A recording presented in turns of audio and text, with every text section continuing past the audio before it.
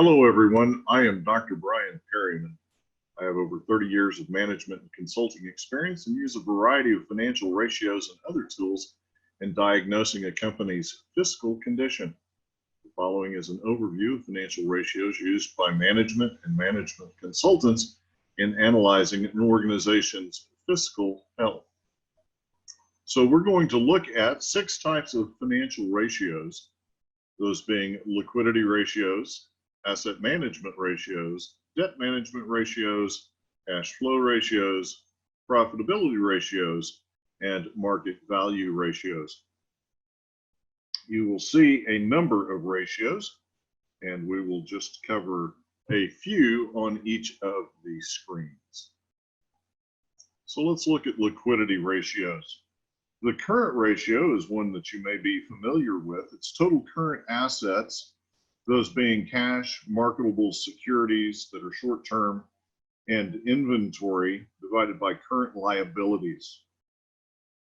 That is your current ratio. Your asset or quick ratio is total current assets, things you could liquidate in a hurry. You may not be able to sell your inventory, divided by your current liabilities. Somebody comes knocking on the door and says, we're giving you 48 hours to pay your bill. How fast and how much can you come up with to cover those bills?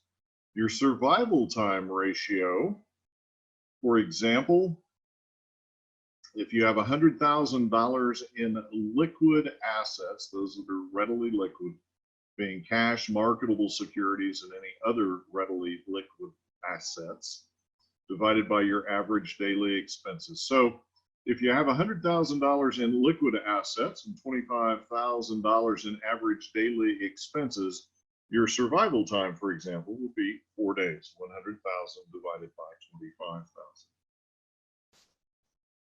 Asset management ratios, you've got the inventory turnover ratio, which is net sales divided by inventory.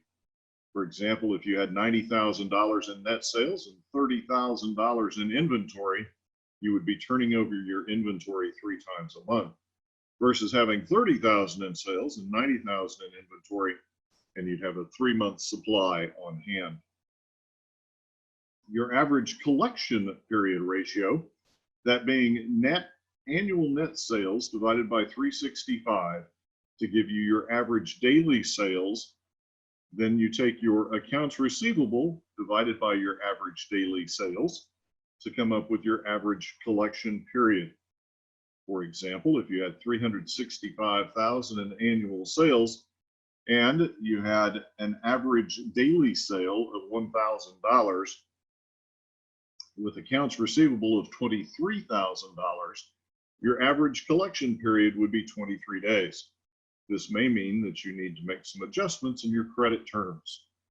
Your fixed asset turnover ratio is how well you are using your fixed assets, your machinery, that type of stuff, to produce sales.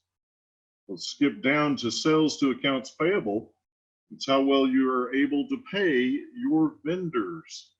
We all know that our vendors want to get paid. Let's look at some debt management ratios. Total debt to total assets, owing more than what you are worth, is usually not a good thing. When looking at your balance sheet, remember that assets equal liabilities plus your owner's equity. You can see here the total debt to total assets, total debt to total equity. Next, you have current debt to tangible net worth ratio. That's your current debt to the divided by your tangible net worth, which is your current liabilities minus your assets, such as cash securities. It wouldn't include things such as the value of copyrights or other non-tangible items. Next, we have the times interest earned ratio.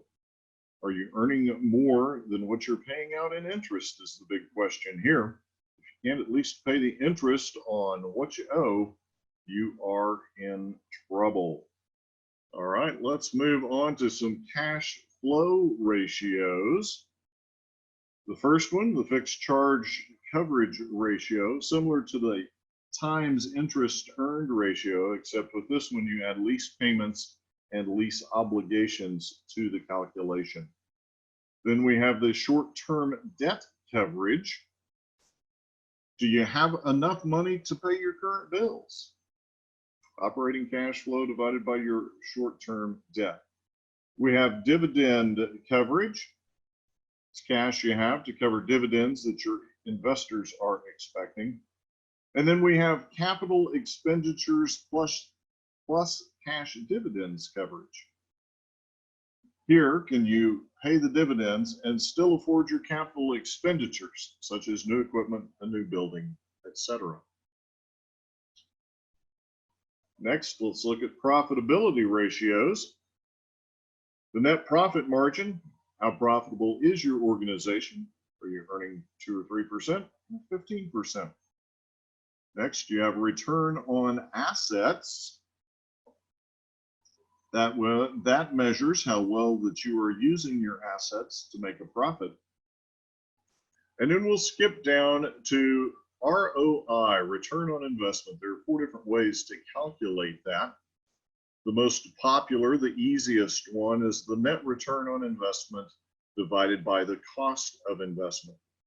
For example, if you were looking at an income producing property in the real estate industry, and you had a net operating income of $200,000, and it cost you $1 million to invest in that, you'd have 200,000 divided by the 1 million, or a 20% return on your investment.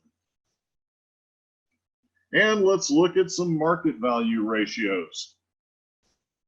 The market, everybody is excited about the market, some more so than others, but there is always a certain level of excitement. Everybody seems to be concerned with earnings per share. Is your company making enough money for the shareholders? Here you have net income divided by the number of shares outstanding. Next, let's look at the price earnings ratio.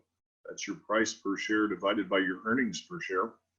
And looking up on the internet, marketbeat.com, as of today, looking at salesforce.com, a popular software package, it shows the earnings per share of $1.02, and the price earnings ratio is 113.68, meaning that the price per share is 113.68 times their latest earnings per share.